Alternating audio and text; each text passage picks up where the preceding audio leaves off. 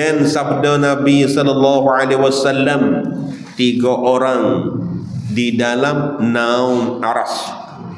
Pada hari tiada bayang-bayang melainkan bayang-bayang aras. Tu dia 3 orang ni di hari akhirat esok boleh duduk di bawah teduh, duduk bawah bayang arah. Di hari tu tak ada bayar-bayar sekarang habuk pun tak ada, hak kayu tak ada. Hak adanya Arsyur Rahman, ada arah Tuhan. Matahari dekat dengan kepala, pas nak pung ke mana? Nak pung, nak jadi lepas daripada kepanasan hari kiamat ni. Nah, kepanasan matahari pada hari kiamat tu nak lepas daripada cahaya panas tu nak lagu mana?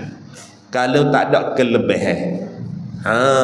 Yang yang boleh tupai, yang tupai boleh tupai menusuk di bawah teduh, iaitu bawah teduh aras. Nah, bawah teduh aras ni ada satu teduh tu je, orang panggil teduh aras. Lepas Tuhan nak letak siapa dia di bawah teduh tu? Orang hak tak ada hak ni mai misit, tak boleh nak pergi duduk. Orang tak bui bab.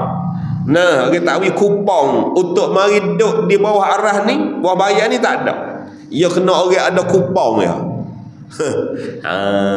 Baru boleh makan wah ni. Lah ni kupang. Bagi kupang harga pokok-pokok, lepas tu nak pergi makan apa-apa boleh. Lepas ni di hari akhirat pun supaya nak boleh duduk bawah bayar ni kena ada orang ada kupang. Nah, Masya Allah. Mana?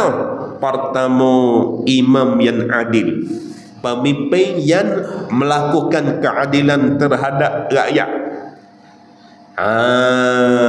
Tu dia imam yang adil. Kita dah tak ada jadi imam, tak ada jadi pemimpin sekarang apa. Tak gitu kan? Nah, ada anak 2-3 orang tu pun tak, orang panggil anak tak puas hati, tak pandai nak meretap, tak usah kata orang beratus-beratus, ribu-ribu. Imam yang adil. Yang keduanya, tukebe yang memelihara akan banknya, tukebe yang jaga be. Jaga lagi nak be di waktu dia. Tu jaga be. Be wi betul dengan huruf. Ni orang hok duk jadi tukebe ni pun. Nah, hok jaga waktu, masuk waktu selalu dah Allahu akbar, Allahu akbar. Masuk asar, Allahu akbar, Allahu akbar. Nah, masuk maghrib, Allahu akbar, Allahu akbar. Tukebayan be jaga waktu, nak wi tahu ke orang ramai kata waktu sembahyang masuk dah, ni pun boleh duduk bawah bayar aras cuba. Tu dia nah. Orang hak jaga waktu ni berhutang dah. Orang hak dengar orang be tu pergi. Nah, menyahut panggilan azan. Orang panggil apabila orang jemput pergi, berhutang juga hak ni pun. Bertuah juga. Boleh duk bayar arah juga. Dan yang ketiga, orang membaca Quran pada tiap-tiap malam 200 ayat. Agak ni suara tak terbaik nak baca. Kita nak baca tak terbaik. 200 ayat. Nah, orang membaca Quran pada tiap-tiap malam 200 ayat. Nah, kita berjumpa dengan satu orang tok guru. Tua dah umur 80 lebih. Tapi kita tengok dia serupa dengan orang umur 60 lebih. Muda. Pas kita tanya, "Hei, babo dah buat amal apa?" Dia kata, "Aku ni kalau tak baca boleh 200 ayat, aku tak tidur." Orang hak baca Quran 200 ayat semalam, satu-satu malam, orang ni lambat tua. Tu lambat tua. Ya bunyi.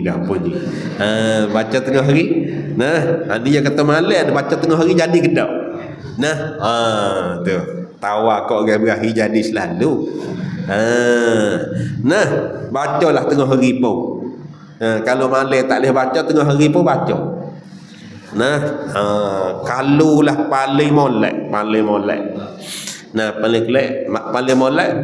Nah, klik abah, babo, abi. Tak payah klik masjid. Nah, habis buah Quran. Mama sebuah Quran patut anak-anak belum pada nak tidur pakak baca.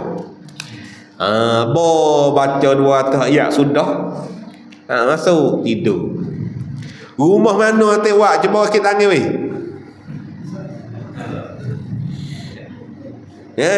Rumah mana tak buat?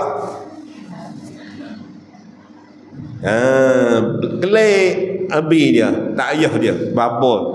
Klik sejik tu haji klik sejik nak tak email klik sejik tak apa. Nah, habis program dia sejik Papa Isya kak. Nah, klik. Apabila klik di rumah tu kak, mama dia tak ada pergi sejik, duduk dalam kano siap-siap dah. Baba mai. Kita buat halqah dulu. Kita hipung kat kawan anak untuk baca Quran dulu nak tidur ni. Abah pun baca, mami pun baca, anak pun baca. Kalau ada cucu-cucu pun baca. Ya bunyi budak balik. Rumah anak buat ni weh. Cuba ya. Kita tanya tengok. Comel kalau boleh buat ni enggak. Tu dia.